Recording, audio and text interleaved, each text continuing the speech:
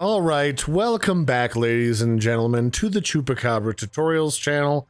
I'm your host Larry, and I'm back for some more Subnautica 2 unreleased goodies and theories about what it might be used for. This time it's Giant Chunks of Rocks edition, sort of. So I went through and reinstalled the mods that just got updated so that we could play around with different stuff that is still unreleased, including the S-shaped modular sofa, which seems to work a little bit better now than it did before, although it still, as far as I can tell, basically looks the same. And it looks like if I go to furniture, it still likes to line up pretty well with itself. Well, no, not really. I guess it doesn't want to go back to back anymore. Maybe? I guess it does kind of line up with itself. But yeah, the modular stuff is still here. So that's still in the game files. I was not able to build the turret or the booster rings, but the booster rings are still here in the game. You can still spawn them in. But it doesn't look like they do anything still. So, you know, just to check. We'll get to all this junk outside of my trunk here in a minute. The Axum's furniture appears to be much the same as it was before. There's no real texture or, like, visible changes to it. It's still just a basic kind of grayish tan model. And then there's also the Axum trash can, which still kind of just looks like the Dune popcorn bucket. We just got access to the new and improved World Tree relic, and if you watched my videos before, you know that started out as like a basic tube structure. Although I'm starting to think, looking at the World Tree relic, that these platforms might actually indicate that as you get closer to the big World Tree, they might actually eventually show us some areas that you can climb up to, like a pseudo island. Maybe, I don't know, I'm just kind of guessing here. Somebody asked me how you get the Seamoth model, and also this Pioneer hull plate. Currently, the only real way to get these is to either play in creative and cheat, or to watch the Twitch live streams whenever they occasionally do them for the developers. Eventually at launch, full, like, you know, launch of this game, everyone will get them. It's just like a little reason to encourage people to watch the developer streams while they're in development. Otherwise, you know, there's not a lot else that I can say about the internal buildables that you haven't already seen. There's also the stuff that you can't normally build in regular survival, like the Sea Emperor poster and the Cyclops poster. Those might also be locked behind supporting the developers by watching them on Twitch for Twitch drops. And then I wanted to pop outside and talk about some stuff that I just found. So the Trident Submarine, as you may or may not know, is now fully functional. So you can literally climb inside. Well, I fully functional. It's drivable, not fully functional. So you can now drive it around and spin and do a little pirouette and get warned that you're gonna crash into things, which is my favorite. So that's always fun. And you can also get smacked and deal hull damage. Does it actually? Oh, you can damage it, and the lights freak out. Oh, neat. Does it mean it's leaking now? Are we leaking? Hello, flood controls? I mean, yeah, sure. You've gotten a damaged hull. Where do I fix it? This is... Alright, well, tell me your secrets, ship. It's in the middle of the docking bay. Alright, well, I don't see anything, so... I'm literally fixing nothing, so... Go figure. Do I have to go outside to fix it? I don't think... Oh, there is! Oh, there is a thing! It does simulate damage now! Look at that! I had no idea. You just learned something just as I did. Alright, anyway. I can do nothing about that, and it's really loud and obnoxious, so we're just gonna ignore that. The other thing that you noticed, I'm sure, is that you can actually see that there's a proper model for the sea frog. So you can literally fart around with that right now. What is this? Oh, that's cyan pigment. Yeah, so there's like a proper body to the sea frog that you can detach the chassis from when you pop inside of here. So you can see how the sea frog is supposed to dock and be functional. There's even temporary storage in here that you can mess around with as well. So I actually have a feeling that all of this stuff, this plus the new Trident Submarine, is all supposed to be used to do large-scale mining. For what purpose, I'm not sure. But you've got this resource crusher right here. And another thing that I discovered right before I started to record this is there is now giant raw chunks of ore built into the game that you can literally pick up and take with you, and it just shows like crumbled, it almost looks like a handful of granola, but it's just raw ore, and you can take this and presumably use this somehow with the ore crusher, the raw material crusher here, and then use that to produce something. Although I would doubt that there's any interaction right now, besides displaying that it's not a solid object properly. So I think that all of this stuff is leading up to like massive Alterran mining operations. There's also the fact that we still have the giant mining nodes. So if I type in like spawn mining, there's these two mining platforms that you can build. Well, not build, but spawn, that generate minerals, presumably by drilling into the ground. And it's possible that the Trident Submarine is meant to drag these around using the tractor beam that is no longer visible. You've also got this unfinished geothermal recharger spot-like location. A couple other things I found were there is the nickel, which is like a glowing green radioactive bit of nonsense. There's new prismatic swirling shells, which is almost like nature's drill. And then there's a pudding urchin, which, unsurprisingly, allows you to make a delicious urchin pudding. So this is actually in the game right now. Gives 55 wood and 15, or food, not wood, but 55 food and 15 water that you can already eat. There's some other junk that I have in here, like cyan pigment. This is also something that's in the game, a sensor pod. So I think when you're trying to scout out in the future, you'll be able to shoot out this sensor pod in order to, like, sonar detect monsters and large leviathans in the new area so that they don't ambush you and damage your ship or your sea frog, which would be interesting. Or maybe it's just a piece of decoration that has nothing to do with us. It's hard to say. Here is the new model for the radio. PDA is transmitting "Help us. We're trying not to die." And so it's a slight tweak on the original radio idea from the first game. And it just talks about the people that have, you know, crash landed here with fresh prints aboard.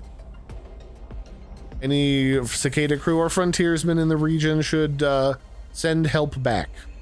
That's kind of neat. We're going to start seeing some type of, well, maybe this is how they're going to carry the mission and the story forward past the current alien generator, by having us turn on a radio and find like lost transmissions that may or may not be hiding in the depths. And I've already shown the gateway crystals. They're kind of around to potentially make those booster rings.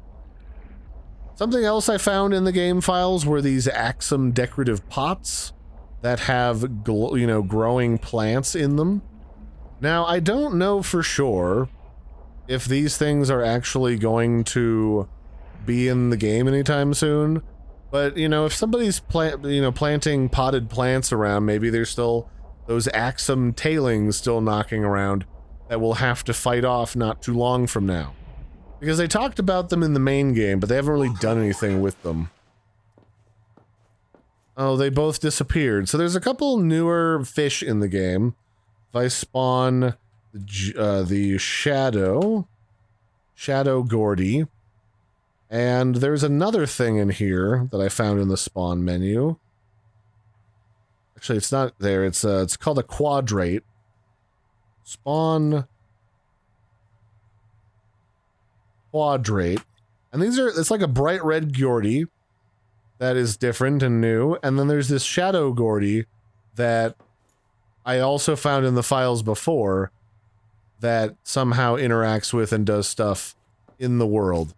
I don't know really if these are terribly different or not. They exist. They can swim indoors, which is different. Although I can only drop the Quadrate. So what does this say? Salpapod tetragnatha. Similar to behavior to earth lamprey or hagfish. A risky eat. So I guess you're not supposed to eat these, but you can. It's just another, like, Gordy fish. They're just bright red. So those are new. I've also been looking around at other stuff. They got some silica dust in here. Some anemone rayon cuttings. Some cyan pigment. There's also like a cyan glow stick in here. So if I spawn that, spawn cyan, and there's a glow stick in here that you can get a hold of.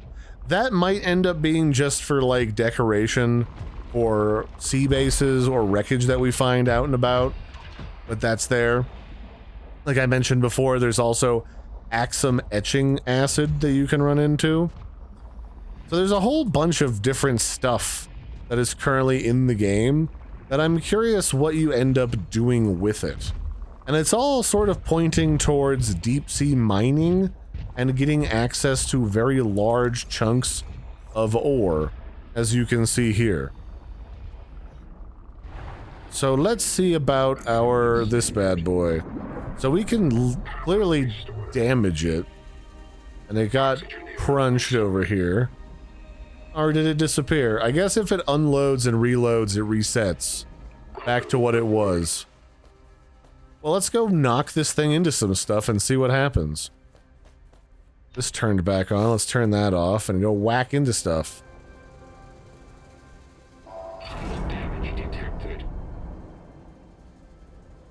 Alright, well that worked. Let's go over here. Boy, it's a very touchy fella. Does not like being drug around the ocean floor much. That is unfortunate, because I intend to... Oh, it's got a bunch of points of damage. And it can track all of them with this little basic HUD. Interesting. Alright, smack it into stuff. Smash. Smash. This thing also eats energy, like me at an unlimited Chinese buffet, so just keep that in mind. So what happens when I do this? Is there any evidence? So there's this here. Like, I can see that.